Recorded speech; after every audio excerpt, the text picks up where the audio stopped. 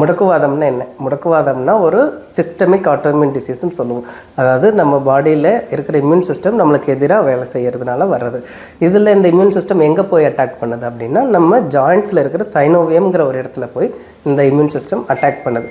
அது யாரை அஃபெக்ட் பண்ணும் அப்படின்னு கேட்டிங்கன்னா, யூஸ்வலாக 20 to 60 இயர்ஸ் இருக்கிற ஏஜ் குரூப்பில் இருக்கிற பர்சன்ஸை தான் இந்த ருமட்டாய்டு ஆர்த்ரைட்டிஸ் அஃபெக்ட் பண்ணும்.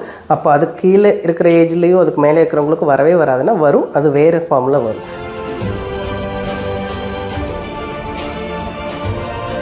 முடக்குவாதம் வந்தால் என்னென்ன அறிகுறிகள் வரும் அப்படின்னா, நமக்கு யூஸ்வலாக கையில் இருக்கிற ஜாயிண்ட்ஸில் பெயின் வருங்க. பெயின், அது போக ஸ்வெல்லிங் வரலாம். காலையில் எந்திரிக்கிறப்போ கையெல்லாம் அப்படியே விரைத்து போவதில்லை, ஏர்லி மார்னிங் ஸ்டிஃப்னஸ்ன்னு சொல்லுவோம். அது சிக்னிஃபிகண்ட்டாக உங்களுக்கு அரை மணி நேரமோ இல்லை 1 மணி நேரம் வரைக்கும் கூட இருக்கும். இது கூட சேர்த்து நம்மளுக்கு ஃபீவர் வரலாம், நம்ம எக்ஸசிவ் டயர்ட்னஸ் இருக்கலாம். இது போக இது ருமட்டாய்டு ஆர்த்ரைட்டிஸ்ங்கிற ஒரு ஜாயிண்ட் வியாதி மட்டும்தானா அப்படின்னா கண்டிப்பாக கிடையாது. நம்ம இம்யூன் சிஸ்டம் நம்ம பாடி ஃபுல்லாக இருக்குது. அந்த மாதிரி முடக்குவாதம் நம்ம பாடியில் எந்த ஆர்கனை வேணால் அட்டாக் பண்ணலாம். யூஸ்வலாக அது அட்டாக் பண்ணுற ஆர்கன்ஸ் கண், லங்ஸு, கிட்னிஸ், அது போக பாஸ்குலைட்டிஸ்ன்னு சொல்லுவோம், பிளட் வெசல்ஸ். இந்த ஆர்கன்ஸ் எல்லாம் தான் யூஸ்வலாக ருமட்டாய்டு ஆர்த்ரைட்டிஸ் இல்லை இன்ஃபேக்ட் ருமட்டாய்டு டிசீஸ் அட்டாக் பண்ணும்.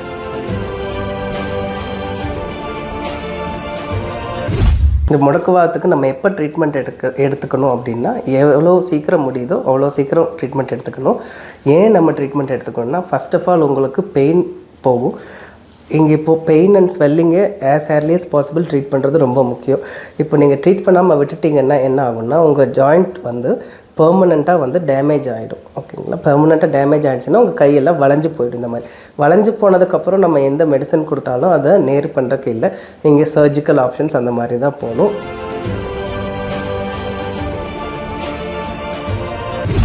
ஃபர்ஸ்ட் ஆஃப் ஆல் ஆர்த்ரைட்டிஸ்னால் என்ன?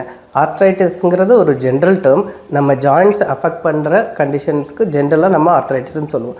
அதில் ஒன் ஆஃப் த ஆர்த்ரைட்டிஸ் தான் ருமட்டாய்டு ஆர்த்ரைட்டிஸ். அது தமிழில் முடக்குவாதம் இல்லாட்டி சரவாங்கின்னு சொல்லுவோம். ஃபர்ஸ்ட் ஆஃப் ஆல் வாதம் இல்லாட்டி ஆர்த்ரைட்டிஸ்னால் என்ன? ஆர்த்ரைட்டிஸுங்கிறது இல்லை வாதம்ங்கிறது நம்ம ஜாயிண்ட்டை அஃபெக்ட் பண்ணுற கண்டிஷனை தான் நம்ம ஜென்ரலாக ஆர்த்ரைட்டிஸ்ன்னு சொல்லுவோம்.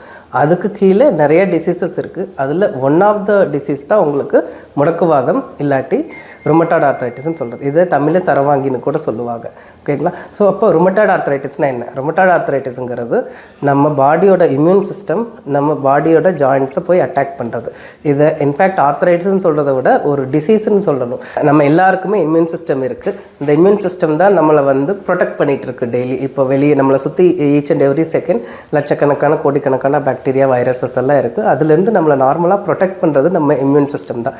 பட் ஒரு சிலருக்கு என்ன ஆகுன்னா, அந்த இம்யூன் சிஸ்டம் ஸ்டிமுலேட் ஆகிடும். ஸ்டிமுலேட் ஆகிறதுக்கு நிறைய ரீசன்ஸ் இருக்குது. உங்களுக்கு அது ஜெனட்டிக் ரீசன்ஸாக இருக்கலாம், இல்லை மென்னாக இருந்தால் ஸ்மோக்கிங் இருக்கலாம், இல்லை அது போக நிறையா ரீசன்ஸ் இருக்குது, நம்மளுக்கே கண்ணுக்கு தெரியாத ரீசன்ஸ். அதில் ஒன் ஆஃப் த ரீசன் நம்ம இம்யூன் சிஸ்டம் தான் ஸ்டிமுலேட் பண்ணிவிட்டு அந்த இம்யூன் சிஸ்டம், அந்த ஸ்டிமுலேட் ஆன இம்யூன் சிஸ்டம் நம்ம பாடியில் இருக்கிற ஜாயிண்ட்ஸையோ இல்லை கண்ணையோ ஹார்ட்டையோ லங்ஸையோ அந்த மாதிரி ஏதோ ஒரு ஆர்கனை அஃபெக்ட் பண்ணும். ஸோ அந்த மாதிரி முடக்குவாதத்தில் அது போய் அட்டாக் பண்ணுற இடம் தான் நம்ம சைனோவியம்னு இருக்கிற ஒரு இடம், ஜாயிண்ட்டில் இருக்கிற இடம். ஸோ முடக்குவாதம்னா என்ன? முடக்குவாதம்னா ஒரு சிஸ்டமிக் ஆட்டோமின் டிசீஸ்ன்னு சொல்லுவோம். அதாவது நம்ம பாடியில் இருக்கிற இம்யூன் சிஸ்டம் நம்மளுக்கு எதிராக வேலை செய்கிறதுனால வர்றது. இதில் இந்த இம்யூன் சிஸ்டம் எங்கே போய் அட்டாக் பண்ணுது அப்படின்னா, நம்ம ஜாயிண்ட்ஸில் இருக்கிற சைனோவியம்ங்கிற ஒரு இடத்துல போய் இந்த இம்யூன் சிஸ்டம் அட்டாக் பண்ணுது. அது யாரை அஃபெக்ட் பண்ணும் அப்படின்னு கேட்டிங்கன்னா, யூஸ்வலாக 20 to 60 இயர்ஸ் இருக்கிற ஏஜ் குரூப்பில் இருக்கிற பர்சன்ஸை தான் இந்த ருமட்டாய்டு ஆர்த்ரைட்டிஸ் அஃபெக்ட் பண்ணும். அப்போ அதுக்கு கீழே இருக்கிற ஏஜ்லேயும் அதுக்கு மேலே இருக்கிறவங்களுக்கு வரவே வராதுன்னா வரும், அது வேறு ஃபார்மில் வரும். முடக்குவாதம் வந்தால் என்னென்ன அறிகுறிகள் வரும் அப்படின்னா, நமக்கு யூஸ்வலாக கையில் இருக்கிற ஜாயிண்ட்ஸில் பெயின் வருங்க. பெயின், அது போக ஸ்வெல்லிங் வரலாம்.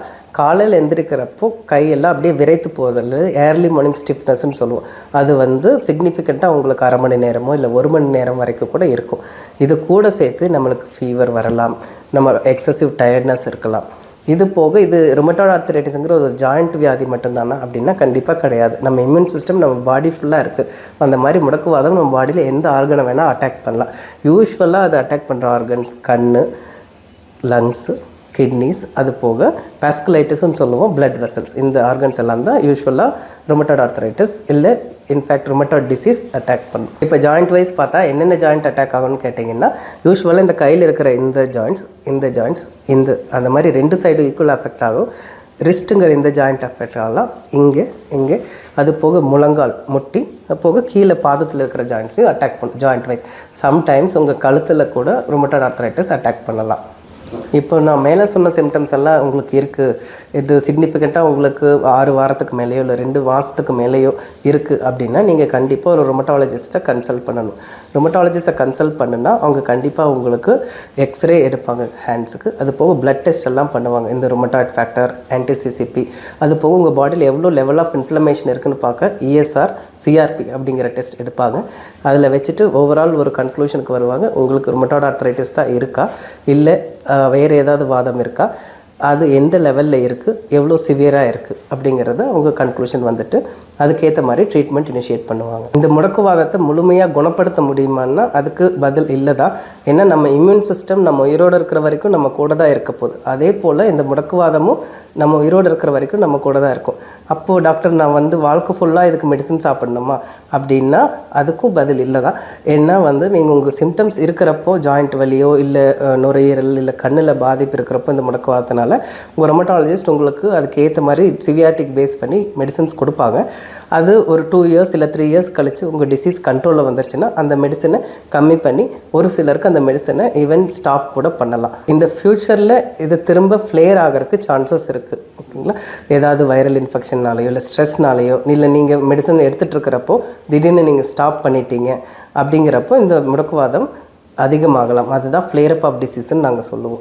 அந்த டைம்லையும் திரும்ப நீங்கள் ரொமட்டாலஜிஸ்ட்டை கன்சல்ட் பண்ணி அவங்க கொடுக்குற மெடிசன்ஸை ப்ராப்பராக எடுத்துக்கணும். ஸோ இந்த முடக்குவாதத்தினால பெரும்பாலும் யார் அதிகமாக பாதிக்கப்படுறாங்கன்னு பார்த்தீங்கன்னா பெண்கள் தான் அதிகமாக பாதிக்கப்படுறாங்க. இந்த முடக்குவாதத்துக்கு நம்ம எப்போ ட்ரீட்மெண்ட் எடுத்துக்கணும் அப்படின்னா எவ்வளோ சீக்கிரம் முடியுதோ அவ்வளோ சீக்கிரம் ட்ரீட்மெண்ட் எடுத்துக்கணும்.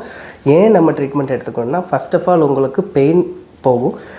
இங்கே இப்போது பெயின் அண்ட் ஸ்வெல்லிங்கை as early as possible treat பண்ணுறது ரொம்ப முக்கியம். இப்போ நீங்கள் ட்ரீட் பண்ணாமல் விட்டுட்டிங்கன்னா என்ன ஆகும்னா உங்கள் ஜாயிண்ட் பெர்மனெண்ட்டாக டேமேஜ் ஆகிடும். ஓகேங்களா, பெர்மனெண்ட்டாக டேமேஜ் ஆகிடுச்சுன்னா உங்கள் கையெல்லாம் வளைஞ்சு போய்டும். இந்த மாதிரி வளைஞ்சு போனதுக்கப்புறம் நம்ம எந்த மெடிசன் கொடுத்தாலும் அதை நேர் பண்ணுறக்கு இல்லை, நீங்கள் சர்ஜிக்கல் ஆப்ஷன்ஸ் அந்த மாதிரி தான் போகணும். முடக்குவாதத்தை நம்ம தடுக்க முடியுமா அப்படின்னா இல்லை. முடக்குவாதம் வந்தால் நம்மளுக்கு அதுக்கு ஏற்ற ட்ரீட்மெண்ட் பண்ணால் வியாதியை கண்ட்ரோல் பண்ணிக்கலாம். இது போக நான் முடக்குவாதத்துக்கு ட்ரீட்மெண்ட் எடுத்துகிட்டு இருக்கேன், அது போக நான் வேறு என்னென்ன டாக்டர் பண்ணணும் அப்படின்னு கேட்டிங்கன்னா ஒரு ஹெல்த்தியான டயட் மெயின்டைன் பண்ணணும். நீங்கள் ஒரு ஆன்டி இன்ஃப்ளமேட்டரி டயட்னு சொல்லுவோம். omega-3 fatty acids, omega-6 fatty acids, ஒரு க்ரீன் லீஃபி வெஜிடபிள்ஸ், அந்த மாதிரி ஃபைபர் ரிச்சாக இருக்கிற டயட் எடுத்துக்கிறது நல்லது. இந்த டயட்னால மட்டுமே முடக்குவாதம் குணமாகுமான்னா கண்டிப்பாக இல்லை, இது ஹெல்ப் பண்ணும், அவ்வளோதான். அது போக ஒரு ஹெல்தி வெயிட்டை மெயின்டைன் பண்ணணும். நீங்கள் ஃபிசியோதெரப்பி கண்டிப்பாக பண்ணணும். ஃபிசியோதெரப்பியில் என்ன பண்ணணும்னு கேட்டிங்கன்னா லோ இம்பேக்ட் எக்ஸசைசஸ்னு இருக்குது, joint range of movements and strengthening எக்ஸசைசஸ்னு இருக்குது. அதுக்கு உங்கள் ஃபிசியோதெரபிஸ்ட் கன்சல்ட் பண்ணிங்கன்னா அவங்க உங்களுக்கு சொல்லிக் கொடுப்பாங்க. அதை நீங்கள் டெய்லி பேசிஸில் பண்ணிகிட்டு இருக்கணும். ஒரு ஹெல்த்தியான வெயிட்டை மெயின்டைன் பண்ணணும் அண்ட் ஸ்ட்ரெஸ்ஸை அவாய்ட் பண்ணணும். இதெல்லாம் பண்ணினீங்கன்னா உங்களுக்கு முடக்குவாதம் நல்லாவே கண்ட்ரோல் ஆகிடும். இது போக ஃபேமிலி அண்ட் ஃப்ரெண்ட்ஸோட சப்போர்ட் ரொம்ப முக்கியம். இவங்க முடக்குவாதம் அவங்கள ஒதுக்காமல் அவங்கள நம்ம அரவணைச்சு அவங்களுக்கு நம்ம சப்போர்ட் பண்ணால் அவங்க இன்னுமே வாழ்க்கையில் மற்றவங்கள மாதிரி நார்மலாக இருப்பாங்க. ஸோ இப்போ நான் சொன்னதெல்லாம் தான் வாதம்னா என்ன, முடக்குவாதம்னா என்ன, அதற்கான அறிகுறிகள் என்னென்னங்கிறது.